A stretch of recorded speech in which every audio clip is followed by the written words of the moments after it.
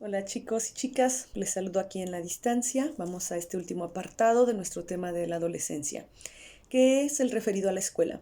Aquí es un apartado pequeño y hay algunas cosas que podemos pensar y reflexionar em, de este momento tan maravilloso que es la adolescencia y que va a traer consigo una serie de descubrimientos pues también en la cuestión de la escolaridad, ¿no?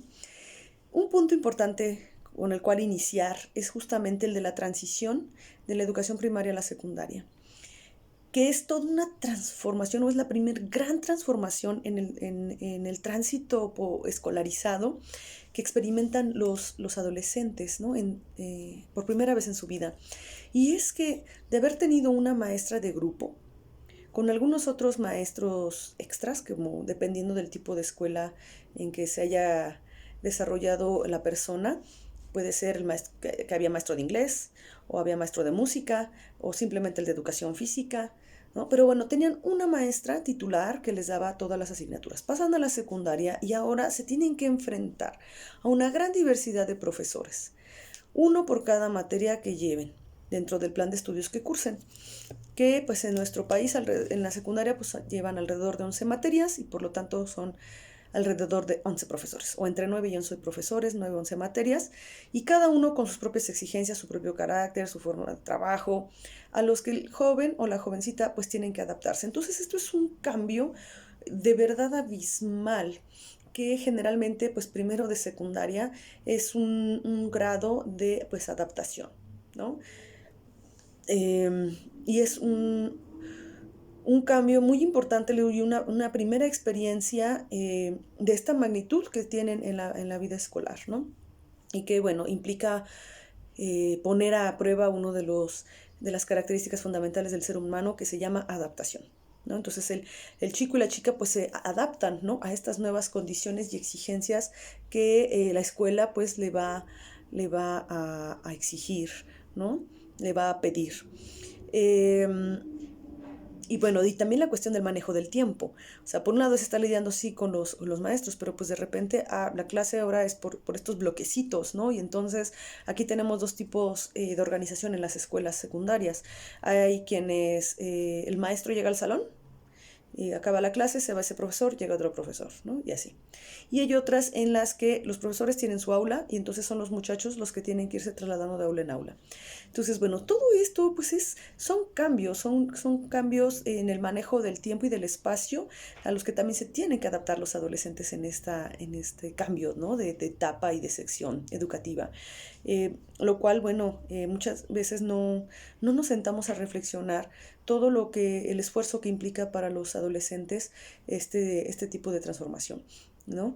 Generalmente los maestros que se dedican a este nivel educativo a trabajar, pues sí están más advertidos, ¿no? Sobre todo con los de primero, en las juntas de maestros, pues se hablan, saben que es un fenómeno importante y que tienen que ayudar de alguna forma a sus estudiantes a sobrellevar, ¿no? Este proceso de adaptación, que hay a quienes les viene muy bien y hay a quienes les va a costar un poquito más de trabajo y hay otros que pues lo van a pasar de manera más natural. Eh, pero bueno, es un cambio pues importante, así como también pues el horario, ¿no? La, la, la jornada de educativa aumenta, ¿no? Antes iban menos horas, entraban un poquito más tarde, salían un poquito más temprano de la primaria y ahora en secundaria entran más temprano y salen más tarde. Entonces también la jornada escolar, al menos en nuestro país, es más extensa de la que antes venían cubriendo en la educación primaria, ¿no? Ese es otro cambio también, ¿no? Otro desgaste mayor para los chicos y las chicas. Hay un dilema respecto a lo que se sabe hoy día también de los procesos cerebro de los adolescentes que lleva a pensar si estamos bien con los horarios en que se maneja la escuela secundaria. Es decir, generalmente entran a las 7, en algunas escuelas 7:20, ¿no? A clases. Eh, y bueno, si para los adolescentes es correcto este horario o debieran entrar más tarde. Y bueno, ahí en su lectura de este texto viene pues algunos países que han recorrido a partir de los procesos del cerebro que saben que se está transitando durante la adolescencia, han recorrido el horario de entrada, ¿no? A las 8:30 más o menos la hora en la que entran los preescolares, por considerarlo más adecuado para este momento del desarrollo de la vida. Generalmente, y muchos maestros lo saben, ¿no? En la primera hora de clase a veces los estudiantes todavía están dormidos, ¿no? Y parece que su cerebro está dormido, ¿no? Entonces, ¿cuál es el horario más eficaz? ¿Cuál es el mejor horario para que ingresen a la escuela los estudiantes? Bueno, en México aún no nos hacemos estas preguntas. En la dirección de secundarias no se ha, eh, al menos públicamente, no se ha abierto esta pregunta y no se conocen muchas investigaciones que se hayan hecho o ninguna investigación que se haya hecho respecto al mejor horario para los estudiantes de secundaria en nuestro país, ¿no? Repito, en nuestro país. En otros países sí se han hecho. Por ahí viene referido un estudio en donde, bueno, en los chicos de secundaria no veían como mucho la diferencia o el beneficio entre un horario y otro, temprano un poquito más tarde, pero sí en los adolescentes de etapa preparatoriana, ¿no? O de bachillerato. Ahí sí eran mucho más, observaban mucho mejor comportamiento, obtenían muchas mejores calificaciones, ¿no? Con esta horita, hora y media en que entraban un poco más tarde, ¿no? Entonces, pues ahí está, ¿no? La pregunta lanzada, el debate, qué debiéramos hacer en nuestro propio sistema educativo, eh, o lo que sabemos hoy día del cerebro adolescente, pues por supuesto que la propuesta sería que los chicos de secundaria y de prepa pues no entraran tan temprano, ¿verdad? Que entraran un poquito más tarde para que tuvieran un mejor aprovechamiento y un mejor desarrollo. Ahora, otro fenómeno que decía yo en el video anterior, pues tiene que ver con la prevalencia en los estudios, ¿no? Es decir, la deserción y el abandono en estos niveles educativos que ya es como mucho más presente o muy distinto, ¿no? A la etapa de la primaria. Aquí sí vemos ya pues el abandono de un buen porcentaje de jovencitos de sus estudios, ¿no? Que no concluyen la secundaria. O bien concluyen la secundaria, pero ya no asisten a la educación media superior. Y bueno, obviamente esto también tiene que ver mucho con el contexto. Volvemos al contexto y las aspiraciones. Varias veces yo les he hecho referencia, ¿no? En algunas zonas de aquí, de nuestra ciudad de Querétaro, que son zonas marginales, en donde, bueno, la aspiración, si bien nos va, es que terminan la primaria, ¿no? Y terminan la primaria y pareciera que ya se graduaron de la vida, ¿no? Ya se graduaron de la escuela para siempre. Y las chicas, pues, su aspiración es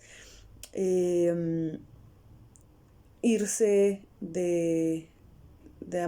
¿cómo se llama? Ay, de trabajadoras domésticas a limpiar casas y bueno, y tener novio y pues ya que el novio se las robe y juntarse con el novio, ¿no?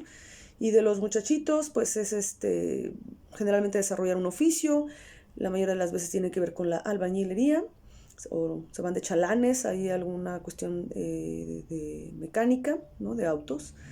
Y pues igual, ¿no? Tener la novia, robarse la novia y empezar su familia. Estamos hablando que estos chicos, estas chicas tienen entre 12 y 15 años. Y esa es la realidad de muchas zonas marginales de la propia urbe.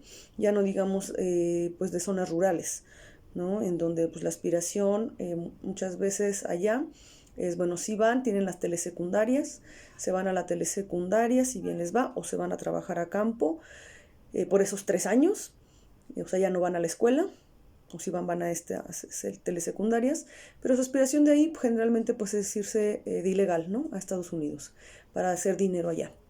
Estar nada más así, un poquito más grandes. Y generalmente esto también está atravesado por cuestiones de género.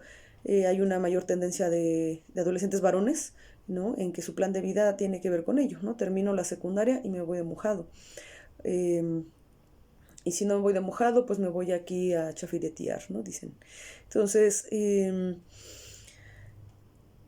es limitado, hay mucho abandono en la aspiración educativa, pero bueno, esto también obviamente obedece a una situación en la que las oportunidades de empleo y de desarrollo, los elementos formativos, las perspectivas de vida que se les dan a nuestros jóvenes, a nuestros adolescentes hoy en día, pues no son alentadoras, nada alentadoras, ¿no?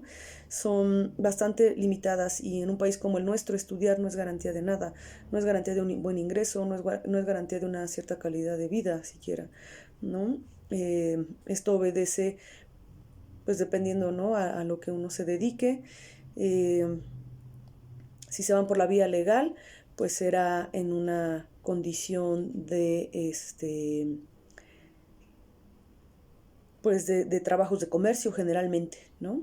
Si se van por una vía ilegal, pues se van hacia la cuestión del narcotráfico, que pues también les ofrece una buena ganancia económica a estos jóvenes que pues han vivido en precariedad económica, ¿no? Y que les una oportunidad de ofrecerles a sus familias pues unas mejores condiciones de vida, aunque esto les cueste la vida, literalmente, ¿no? Como ya lo decíamos. Entonces, la escuela muchas veces, al menos en nuestro país, en ciertos sectores no ofrece nada, ¿no? Y el ingreso y la permanencia en niveles educativos como el bachillerato o la universidad están supeditados a las condiciones familiares, a las condiciones económicas de esa familia, ¿no? ¿Qué tanto se necesita ya que este joven se una o esta joven se una a la fuerza de trabajo? Porque el dinero no alcanza, ¿no? Para sostener la casa.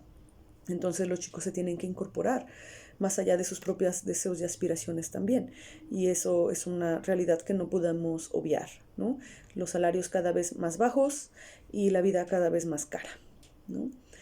Eh, entonces, bueno, lejos estamos de nosotros estar pensando ya siquiera en la calidad educativa, ¿no? Ya la calidad de educación que pueden ofrecer los centros de nuestro país también es muy cuestionable, también deja mucho que desear, también es clasista.